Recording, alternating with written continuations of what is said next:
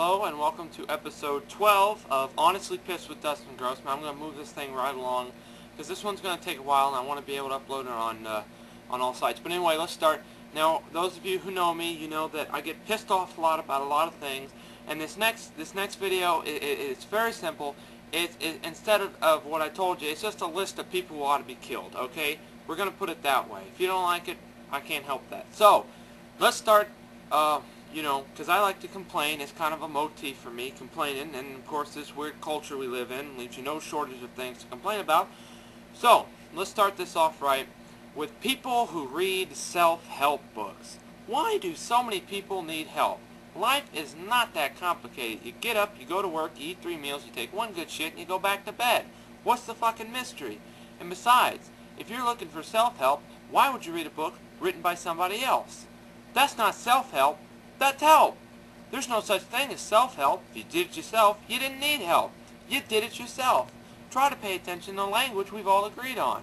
And a similar mystery to me, motivation books, motivation seminars. Why would anyone need to be motivated by someone else? I say if you lack motivation, a seminar isn't going to help you. What you really need is to be hitting the head 30 or 40 times with a golf club, and that'll fucking motivate you, okay? Or at least, it'll get you up and moving, locate your socks, shit like that, get the day rolling. Besides, I say motivation is bullshit. The people who are motivated are the ones causing all the trouble. Stock swindlers, serial killers, child molesters, Christian conservatives. These people are highly motivated. Highly motivated. Now, you show me some lazy prick who's lying around watching game shows all day and stroking his penis. I'll show you someone who's not causing any fucking trouble, okay? And another thing, these parents that promote of honor students that put the little bumper stickers on the back of the car that say, "We are the proud parents of an honor student at the Franklin School," or the Midvale Academy, or whatever innocent-sounding name has been assigned to the indoctrination seminar where their child has been taken to be stripped of his individuality and turned into an obedient, soul-dead, conformist member of the American consumer culture, okay? These people, what, do they have nothing better to do? Here's what it is. Here's what I want to see. We are the proud parents of a child whose self-esteem is sufficient enough he doesn't need us promoting his minor scholastic achievements on the back of our car. You know what I mean? Or we are the proud parents of a child who's resisted his teacher's attempts to break his spirit and bend him to the will of his corporate master. It'd be nice for a change, Here's a realistic one. We have a daughter in public school who hasn't been knocked up yet, Or we have a son in public school who hasn't shot any of his classmates yet. But he does sell drugs to your honor student. Plus, he knocked up your daughter. And then there are parents who are not too proud of their child. We are the embarrassed parents of a cross-eyed little nitwit who at the age of 10 not only continues to wet the bed, but also shits on the school bus. Putting something like that on the back of your car might give the child a little, extra incentive, get the day rolling. Anyway, now, here are another pack of low-grade morons who ought to be locked into portable toilets and set on fire.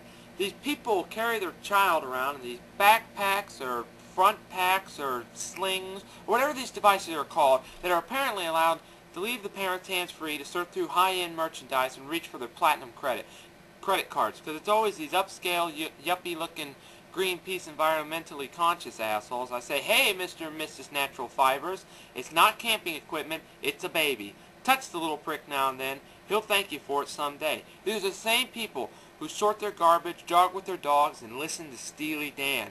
You just like to take them out in the midnight and disembowel them with a wooden cooking spoon, Now here are some more parents who ought to be beaten with I apologize. Those are parents who ought to be beaten with heavy clubs and left bleeding in the moonlight. Here are more people who ought to be smashed across the face repeatedly with a piece of heavy mining equipment. These guys who refer to their fathers as "my daddy."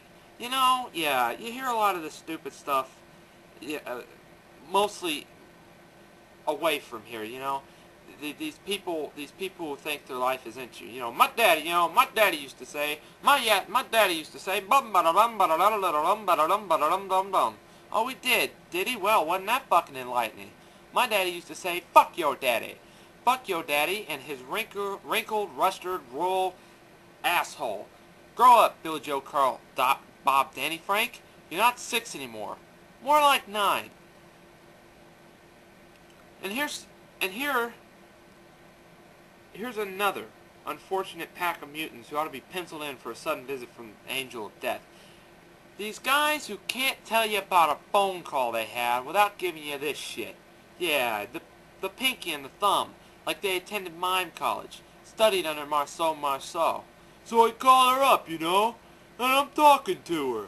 And she fucking hangs up on me. So I hang up on her.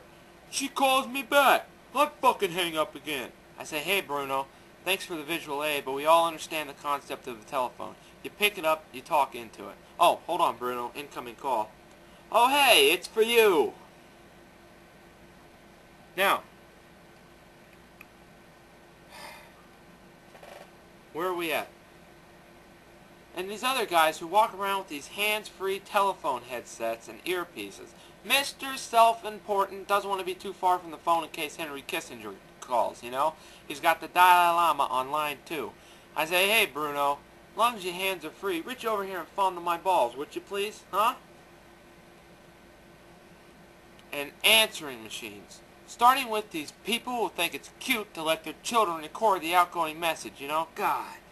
And you can't understand a word of it because the kid's a fucking imbecile, you know?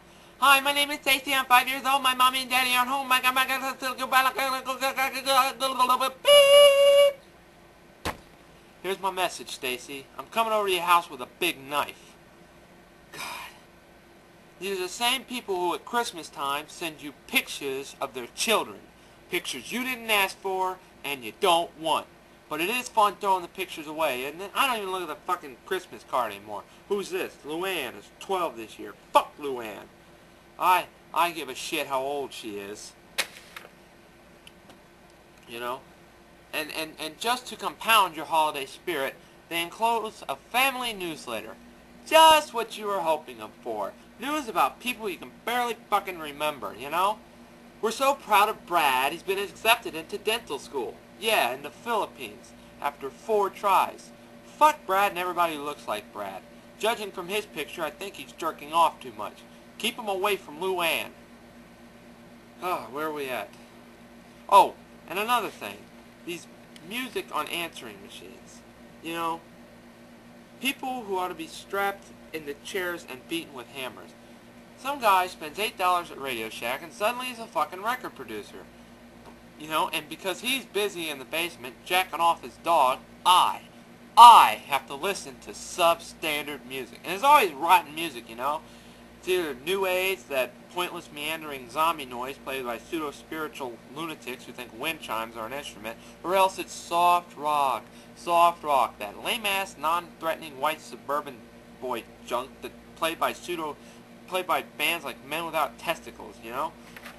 And by the way, on these phone calls, don't mind telling me you can't come to the phone. I understand that. Apparently that's why we have these machines. And don't bother telling me to leave my name and number. Somehow, I figured that out. And never mind that I'm away from my... If you work in an office, never mind that I'm away from the desk stuff. You had to take a shit, say so. You say, hi, this is Mary Louise. I had the Mexican hollow bean chili dip. And I washed it down with a gallon of gin. I'll be in and out all day. Part 1, I'll upload part 2 in now. Yes, okay. I'll be back with part 2 of this. God damn, it's long. Bye.